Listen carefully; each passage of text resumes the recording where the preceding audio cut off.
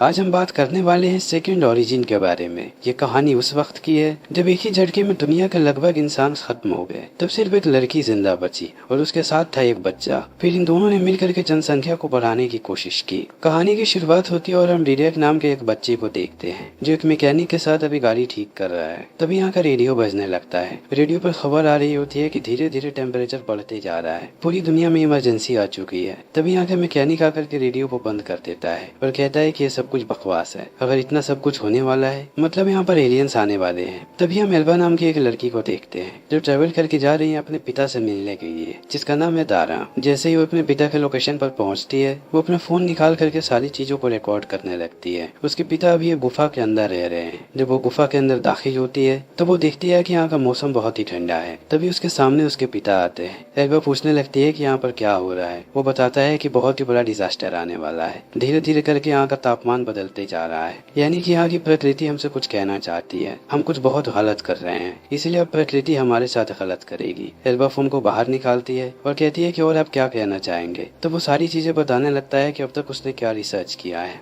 बात करने के बाद एल्बा आती है शहर में। तब उसकी मुलाकात होती है डिडेक से। एल्बा डिडेक की इंग्लिश टीचर है। यहीं पर डिडेक की माँ है जिसका नाम है ट्रेनी। एल्बा बहुत तारीफ करती है डिडेक की और बताती है कि एक बहुत ही बढ़िया लिसनर है, जल्दी वो अंग्रेजी सीख जाएगा। तभी यहाँ पर कुछ बच्चे आकर के बुली करने लगते हैं डिडेक को। ट्रेनी को ये बात बिल्कुल भी अच्छी नहीं लगती, वो उन्हें भगाने लगती है। मगर भागते समय वो लड़के कह करके जाते हैं कि हम दोबारा वापस आएंगे डिडेक से बदला लेने के लिए। तब एल्बा आ जाती है अपने घर वापस आते ही वो देखती है कि दारा यहाँ से जाने की तैयारी कर रहा है। उसने अपने सारे रिसर्च पेपर्स को बैग में रख लिया है। तब दारा कहता है कि मैं जा रहा हूँ बार्सिलोना। एल्बा उसे रोकने की कोशिश करती है लेकिन दारा नहीं मानता और निकल जाता है यहाँ से। तब एल्बा भी आने लगती है शहर की तरफ। तभी हम डिडेक को देखते हैं जिन्हें उन बच्चों ने पकड़ लिया है। वो उसे उठाते हैं और लेक में फेंकने लगते हैं। एल्बा इस चीज को देख लेती है। वो अपनी गाड़ी रोकती है और दौड़ करके जाने लगती है उन्हें रोकने के लिए, मगर वो शैतान बच्चे डिडेक को पानी में फेंक देते हैं और भाग जाते हैं यहाँ से। तब एल्बा भी पानी में कूद जाती है ताकि वो डिडेक को बचा सके। धीरे धीरे डिडेक डूबते जा रहा है। एल्बा भी नीचे जाने लगती है। तभी एक बहुत ही तेज बिजली कड़कती है जिसे लोग रेड स्टॉर्म कहते हैं। इस बिजली के झटके पानी में भी महसूस होते हैं, मगर एल्बा और डिडेक पानी में बहुत नीचे हैं, इसीलिए इन पर कोई भी असर नहीं होता। थोड़ी देर के बाद एल्बा डिडेक को लेकर के आती है ऊपर। तब वो देखती है कि यहाँ का पूरा माहौल बदल चुका है। इस तूफान ने लगभग सारी चीजों को समाप्त कर दिया है। एल्बा होश में लाती है डिडेक को। ये लोग देखते हैं कि अभी भी बिजलियां कड़क रही हैं। आगे बढ़ने लगते हैं लोग शहर की तरफ। अंदर आने के बाद इन्हें एहसास होता है कि पूरा का पूरा शहर तबाह हो चुका है। सारे के सारे इंसान मर चुके हैं, सारे के सारे घर भी नष्ट हो गए हैं। डिडेक अपनी माँ को ढूंढना चाहता है। वो भागते हुए जाता है अपने घर के पास। तब वो देखता है कि उसकी माँ की लाश पड़ी है। वो लाश की तरफ भागता है। तब एल्बा उसे रोक लेती है क्योंकि ये घर ब्लास्ट होने वाला है। जैसे ही वो डिडेक को पीछे खींचती है पूरा का पूरा घर ब्लास्ट हो जाता है। एल्बा जानती है कि अब यहाँ पर कुछ भी नहीं बचा। वो डिडेक को लेकर के वापस आने लगती है गुफा में जहाँ पर उसके पिता रिसर्च किया करते थे। बहुत देर के बाद वो लोग चले आते हैं गुफा के अंदर। तब एल्बा सारी चीजों को बाहर निकालती है और कुछ कपड़े और कंबल दे देती है डिडेक को ताकि वो आराम कर सके। सुबह होते ही ये दोनों फिर से चलना शुरू कर देते हैं। अब एल्बा आती है अपने घर पर। यहाँ आते ही देखती है कि उसका भी घर तबाह हो चुका है। वो चली आती है फार्म हाउस में और अपना फोन निकाल करके अपने पिता से कांटेक्ट करने की कोशिश करती है, मगर उसका फोन काम नहीं कर रहा। तब वो डिडेक को कहती है कि वो रेडियो चेक करे। कुल लैपटॉप चेक करती है तो लैपटॉप भी चार्ज नहीं है। वो सोलर चार्जर से अपने फोन को चार्ज करती है और कॉल करना शुरू कर देती है अपने पिता को, लेकिन दारा फोन नहीं उठा रहा। तब एल्बा को समझ में नहीं आता कि वो क्या करे। वो अब कैसे भी लोगों को ढूंढना चाहती है और पता लगाना चाहती है कि यहाँ पर और भी कोई जिंदा बचा है या नहीं। वो पूरे शहर में घूमने लगते हैं, उन्हें कहीं कोई भी नजर नहीं आता। तभी डिडेक जाता है एक पुलिस वाले की गाड़ी के पास और डिक्की में से एक बंदूक को बाहर निकालता है। जैसे ही एल्बा इस चीज को देखती है वो उसे रोक देती है और बताती है कि अब हम बार्सिलोना जा रहे हैं, हमें कैसे भी यहाँ से निकलना पड़ेगा। एल्बा की नजर पड़ती है एक स्कूटर पर। वो बैठ जाती है और स्टार्ट करने की कोशिश करती है। जब स्कूटर स्टार्ट नहीं होता तब डिडेक पीछे से धक्का देने लगता है। तब स्कूटर जाकर के टकरा जाता है एक पत्थर से और एल्बा नीचे गिर जाती है। नीचे गिरते समय एक मेटल से जख्म हो जाता है उसके पेट पर। तब इन्हें ना चाहते हुए भी घर वापस आना पड़ता है। एल्बा अपने जख्मों को साफ करती है और फोन में रिकॉर्ड करने लगती है कि उसके साथ क्या हुआ है। वो अपने पिता की पूरी डायरी को देखती है और डायरी पढ़ने के बाद उसे एहसास होता है कि उसके पिता बिल्कुल सच बोल रहे थे कि प्रकृति हमें कोई संदेश देना चाहती है। वो फोन में इन सारी बातों को रिकॉर्ड करती है और कहती है कि वो बहुत ही हेल्पलेस है। पहले अगर कुछ भी होता था तो लोग मदद के लिए आते थे, अब कोई भी उसकी मदद के लिए नहीं आने वाला। इतना कहने के बाद वो सो जाती है। रात में डिडेक आता है उसको देखने के लिए। वो देखता है कि धीरे धीरे हालत खराब हो रही है एल्बा की। वो उससे बात करने की कोशिश करता है लेकिन एल्बा जवाब भी नहीं देती। तब वो उसके जख्मों को देखता है। देखते ही उसे पता लग जाता है कि एल्बा को इन्फेक्शन हो गया है। तब एल्बा कहती है कि मुझे एंटीबायोटिक्स की जरूरत है। डिडेक कहता है कि मैं लाने जा रहा हूँ, मगर एल्बा उसे रोक देती है। कहती है कि बाहर बहुत ही खतरा है, तुम्हें नहीं जाना चाहिए, मैं सुबह सुबह चली जाऊंगी। इतने कहने के बाद वो सो जाती है। तब डिडेक अकेले ही निकल जाता है। बाहर आने के बाद उसे भी डर लगता है। वो कभी भी अकेले रात में बाहर नहीं निकला, लेकिन एल्बा की जान बचाने के लिए उसे बाहर जाना पड़ेगा। वो हिम्मत जुटाता है और चला जाता है। सुबह सुबह वो दवाई भी लेकर के आ जाता है और एल्बा को सुबह होते ही दवाई भी दे देता है। उसके जख्मों पर मरहम लगाता है और बाहर आकर के अपने पुराने घर को देखता है जहाँ पर वो अपनी माँ के साथ रहता था। फिर चला जाता है गैराज में उस ट्रैक्टर को देखने के लिए जिसे ये लोग ठीक करने की कोशिश कर रहे थे। तभी एल्बा की आंख खुलती है। वो देखती है कि उसका जख्म ठीक हो गया है। जैसे ही डिडेक इस चीज को देखता है वो एल्बा को गले लगा लेता है। वो बहुत खुश है कि एल्बा ठीक हो गई। तब एल्बा उसे कहती है कि क्या मेरा जख्म पूरे तरीके से ठीक हो गया है? डिडेक देख करके कहता है कि हाँ, लेकिन अब वहाँ पर एक स्कार है। एल्बा कहती है मुझे स्कार अच्छे लगते हैं और टैटू भी, क्योंकि वो आपके बारे में कहानी बताते हैं। रात होते ही एल्बा फिर से रिकॉर्डिंग स्टार्ट कर देती है और बताती है कि उसके साथ क्या हो रहा है। उसे कैसे भी बार्सिलोना जाना है। तभी सुबह हो जाती है। सुबह सुबह जब डिडेक उठता है तब वो देखता है कि एल्बा गायब है। तभी उसकी नजर पड़ती है बेडशीट पर। वो देखता है कि बेडशीट पर खून लगा हुआ है।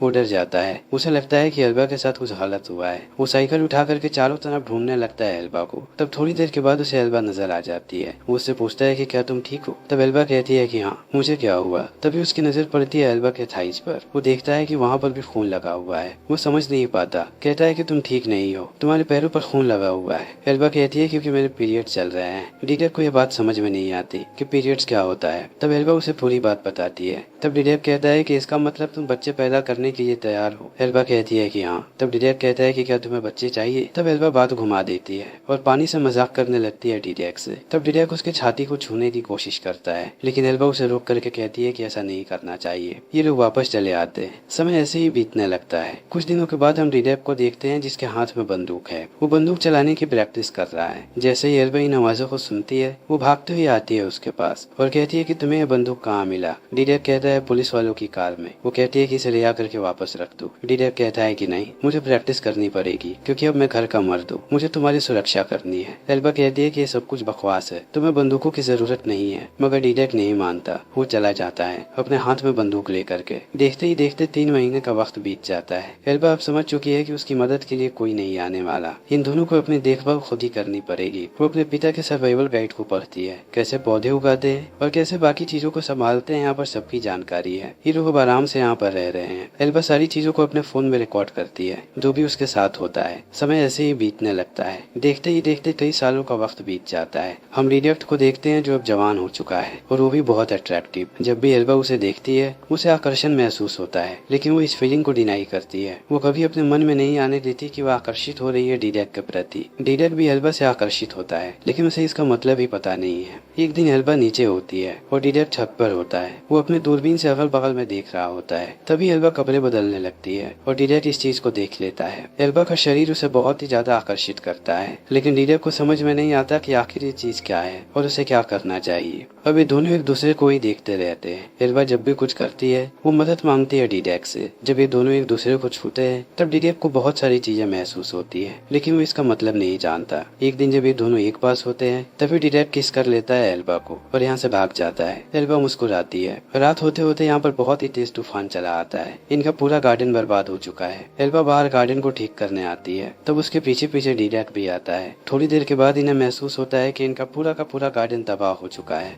एल्बा कहती है कि हम सुबह होते होते यहाँ से निकल जाएंगे बार्सिलोना के लिए। सुबह होने के बाद वो फोन में सारी बातें रिकॉर्ड करती है। तभी डिडेक यहाँ पर ट्रैक्टर को लेकर के आ जाता है जिसे अब उसने ठीक कर दिया है। एल्बा इस चीज को देख करके बहुत खुश होती है और डिडेक को गले से लगा लेती है। ये दोनों ट्रैक्टर में बैठते हैं और निकल पड़ते हैं बार्सिलोना के लिए। कुछ दिन ट्रेवल करने के बाद ये लोग बार्सिलोना पहुंच जाते हैं। यहाँ आते ही डिडेक जोर जोर से हॉर्न बजाने लगता है और एल्बा बार बार अपने पिता को कॉल करती है कि वो कहीं भी हो तो इनकी आवाज सुन ले, लेकिन दारा अपना फोन नहीं उठाता। तब निराश हो जाती है एल्बा और इस बात को एक्सेप्ट कर लेती है कि अब उसके पिता जिंदा नहीं है, उसे और उन्हें नहीं ढूंढना चाहिए। डिडेक उसे समझाता है और कहता है कि इतनी जल्दी हमें हार नहीं माननी है, हम उन्हें ढूंढते रहेंगे। फिर ऐसे ये लोग पूरे शहर में घूमते रहते हैं। थोड़ी देर के बाद ये लोग आते हैं बार्सिलोना के स्टेडियम में और अंदर दाखिल हो जाते हैं। डिडेक पूरे स्टेडियम को देखता है जो अब पूरे तरीके से तबाह हो चुका है। वो फुटबॉल निकाल करके खेलने लगता है। तब एल्बा ऑडियंस में बैठ करके उसके लिए चीयर करती है। डिडेक अपने पहले बॉल को मारने जाता है। तब एल्बा कहती है कि मैं इस चीज को रिकॉर्ड करूंगी। वो जैसे ही गोल मारता है एल्बा रिकॉर्ड कर लेती है और डिटेक्ट सेलिब्रेट करने लगता है अपने टी शर्ट को ऊपर करके। तब एल्बा बड़े ही ध्यान से उसके बॉडी को देखती है और आकर्षित होने लगती है। एक वक्त के बाद उसका फोन नीचे गिर जाता है। ये दोनों करीब आने लगते हैं लेकिन इनके बीच कुछ हो पाता उससे पहले एल्बा दोबारा डिस्ट्रैक्ट हो जाती है और फोन उठा करके ये लोग वापस आ जाते हैं। रात होने के बाद ये दोनों बहुत ही ज्यादा ऑकवर्ड हो रहे होते हैं। तब एल्बा बात करने की कोशिश करती है डिटेक्ट से। वो डिटेक्ट को कहती है कि मुझे पता है ये आकर्षण क्या है, हम दोनों इससे नहीं भाग सकते, हम जितनी जल्दी इस चीज को एक्सेप्ट कर ले उतना अच्छा है हमारे लिए। इतना कहने के बाद वो डिटेक्ट को किस करती है। तभी दोनों इंटीमेट होने लगते हैं। इंटीमेट होने के बाद इनकी जिंदगी बदल जाती है। अभी हमेशा ही खुश रहते हैं और एक साथ रहते हैं। जैसे जैसे समय बीतने लगता है ये लोग समंदर के किनारे एक घर बनाते हैं और जरूरत की सारी चीजों को इकट्ठा करने लगते हैं। तब एल्बा एक दिन डिटेक्ट को बताती है कि वो माँ बनने वाली है। डिटेक्ट बहुत ही ज्यादा खुश हो जाता है। एल्बा लाइब्रेरी से सारी किताबें लाती है ताकि उसे पता लग सके कि डिलीवरी कैसे करना है और बच्चे का ध्यान कैसे रखना है। डिटेक्ट एक एक करके खिलौने लाता है अपने होने वाले बच्चे के लिए। एक रात जब एल्बा अपने पिता के नोट्स को देख रही होती है तभी उसके पेट में दर्द महसूस होता है। एल्बा यहाँ से निकल करके जाती है डिटेक्ट के पास और बताती है कि मेरा लेबर पेन शुरू हो गया है। तब डिटेक्ट भी तैयार हो जाता है। वो उसे आराम से लिटाता है और ये दोनों मिल करके डिलीवरी करते हैं। एल्बा को एक बेटा पैदा हुआ है जिसका नाम ये लोग काई रखते हैं। इसके पैदा होने के बाद ये लोग बहुत खुश हैं। दिन रात ये लोग उसके साथ ही रहते हैं और ध्यान रखते हैं। तभी एक दिन एल्बा समंदर में एक बोट को देखती है। बोट देख करके वो चिल्लाने लगती है। उसे लगता है शायद समंदर में कोई है। वो डिटेक्ट को भी बुलाती है लेकिन समंदर की तरफ देखने के बाद डिटेक्ट कहता है कि हमें किसी की जरूरत नहीं है, हम कंप्लीट है दोनों एक साथ। मगर एल्बा नहीं मानती। उसे लगता है कि शायद बोट में उसके पिता है। तभी उसकी नजर पड़ती है समंदर के किनारे। वो एक आदमी को देखती है। उसे लगता है कि ये दारा है। भागती हुई जाती है उस आदमी के पास मगर ये दारा नहीं होता। फिर भी ये लोग उसे उठा करके लाते हैं घर पर। थोड़े समय के बाद इस आदमी को होश आ जाता है। इसका नाम है सरगी। सरगी बात करता है इन दोनों से। कहता है कि मैं तुम लोगों को देखने के बाद बहुत खुश हूँ। मुझे लग रहा था कि सिर्फ मैं अकेला ही इंसान जिंदा बचा हूँ। मैं एक आइलैंड पर रहता था। जब भी मौका मिलता था मैं बोट को लेकर के लोगों को ढूंढने निकल जाता था। आज मेरा ढूंढना सफल हो गया। मैं अब अपने बोट पर वापस जा सकता हूँ। इन बातों को सुनकर के एल्बा कहती है कि तुम हमारे साथ रह सकते हो। लेकिन डिटेक्ट को यह बात अच्छी नहीं लगती। वो कुछ भी नहीं बोलता। सरगी भी ये बात समझ जाता है। वो कहता है कि मैं बोट पर ठीक हूँ, मैं यहाँ से जा रहा हूँ। लेकिन जाते समय वो इन दोनों से कहता है कि मैं कितने समय से किसी इंसान से गले नहीं मिला, क्या मैं तुम दोनों से गले मिल सकता हूँ। तब ये लोग उससे गले मिलते हैं। गले मिलते समय वो फूट फूट कर रोने लगता है। तब ये लोग उसे यहीं पर रख लेते हैं। वो इन्हें तरह तरह की चीजें सिखाता है क्योंकि सरगी की सर्वाइविंग स्किल बहुत ही अच्छी है। डिटेक्ट उससे बहुत सारी चीजें सीखता है। लेकिन जब भी सरगी एल्बा के करीब जाता है ये बात डिटेक्ट को बिल्कुल भी अच्छी नहीं लगती। एक दिन जब एल्बा अपने बच्चे को दूध पिला रही होती है तब सरगी उसे छुप करके देख रहा होता है। डिटेक्ट उसे जाकर के पूछता है कि तुम ये क्या कर रहे हो। सरगी कहता है कि बस मैं एल्बा को ऑब्जर्व कर रहा था, मैं उसके लिए हनी लेकर के आया हूँ। वो बच्चे को दिन भर दूध पिलाती है, इससे उसे बहुत दर्द होता होगा। हनी उसके लिए अच्छा है। वो एल्बा को हनी देता है। तब एल्बा उसका शुक्रिया अदा करती है। लेकिन अब डिटेक्ट बहुत ही ज्यादा गुस्से में है। वो कहता है कि तुम्हारा बोट अब तैयार हो चुका है, तुम चाहो तो यहाँ से जा सकते हो। ये बात सरगी को अच्छी नहीं लगती। फिर भी वो कहता है कि मैं जा रहा हूँ। तब एल्बा उसे रोकने की कोशिश करती है। सरगी कहता है कि मैं चाहता हूँ तुम लोग मेरे बोट पर चलो, ये मेरी तरफ से शुक्रिया अदा होगा तुम लोगों के लिए। तुम लोगों ने अपने घर पर मुझे इतने दिन रखा, मैं तुम्हें बोट पर रखना चाहता हूँ, तुम्हें बहुत मजा आएगा। तब एल्बा मान जाती है। ये दोनों बोट पर चले जाते हैं पार्टी करने के लिए। सरगी कहता है कि रात में यहीं पर रुक जाओ, मेरे पास तुम लोगों के लिए एक सरप्राइज है। डिटेक्ट को यह बात अच्छी नहीं लगती। फिर भी वो एल्बा के लिए रुक जाता है। रात होते ही सरगी प्रोजेक्टर पर एक फिल्म चलाता है। फिल्म को देखने के बाद एल्बा चकाचौंध हो जाती है। बहुत सालों के बाद उसने फिल्म देखी है। फिल्म देखते देखते ये लोग सो जाते हैं। सुबह सुबह सबसे पहले डिटेक्ट की आंख खुलती है। वो देखता है कि घर से वो लोग बहुत दूर आ गए हैं। वो समझ जाता है कि सरगी उनके साथ खपला करने की कोशिश कर रहा है। वो एल्बा को उठाने जाता है। तभी सरगी हमला करता है उसके सर पर और डिटेक्ट गिर जाता है समंदर में। यह आवाज सुनने के बाद एल्बा भी जग जाती है। वो देखती है कि डिटेक्ट पानी में गिर गया है तो वो भी उसके पीछे कूद जाती है उसे बचाने के लिए। थोड़ी देर के बाद वो उसे पानी से ऊपर लेकर के आती है। तब देखती है कि सरगी यहाँ से जा चुका है काई को लेकर के। ये दोनों घर वापस चले आते हैं लेकिन अब बहुत ही ज्यादा गुस्से में है। इन लोगों ने अपने बच्चे को खो दिया। इन्हें ये बात भी पता नहीं कि सरगी उनके बच्चे को लेकर के कहाँ गया होगा। अब ये लोग पता लगाना शुरू कर देते हैं कि आखिर सरगी कौन से आइलैंड पर रहता है और डिटेक्ट बोट को ठीक करता है। इनके पास एक बोट पड़ी हुई थी। तभी एल्बा को याद आता है कि आदमी अपने साथ शहद लेकर के आया था। ये लोग ऐसे आइलैंड के बारे में पता लगाने की कोशिश करने लगते हैं जहाँ पर ज्यादा शहद होती है। ये सारी बोटेनिकल बुक्स को पढ़ने लगते हैं। फाइनली इन्हें पता लग जाता है आइलैंड के बारे में। तब अपने बच्चे को वापस लाने के लिए ये लोग निकल जाते हैं। बहुत दिन के बाद ये लोग पहुँचते हैं आइलैंड पर। डिटेक्ट अपने साथ एक बंदूक लेकर के आया है। आइलैंड में दाखिल होते ही इन्हें काई के रोने की आवाज सुनाई पड़ती है। तब ये दोनों दौड़ने लगते हैं। नजदीक आकर के ये दोनों रुक जाते हैं और देखने लगते हैं कि इनका बच्चा कहाँ पर होगा। पर। तभी इनकी नजर पड़ती है सर्गी पर। एल्बा बहुत ही ज्यादा गुस्से में है। वो डिडेक को कहती है कि इसे मार दो। डिडेक कहता है कि मुझे लगता है ये आदमी अकेला नहीं है यहाँ पर, अगर हमने इसे मारा तो खतरा बढ़ जाएगा,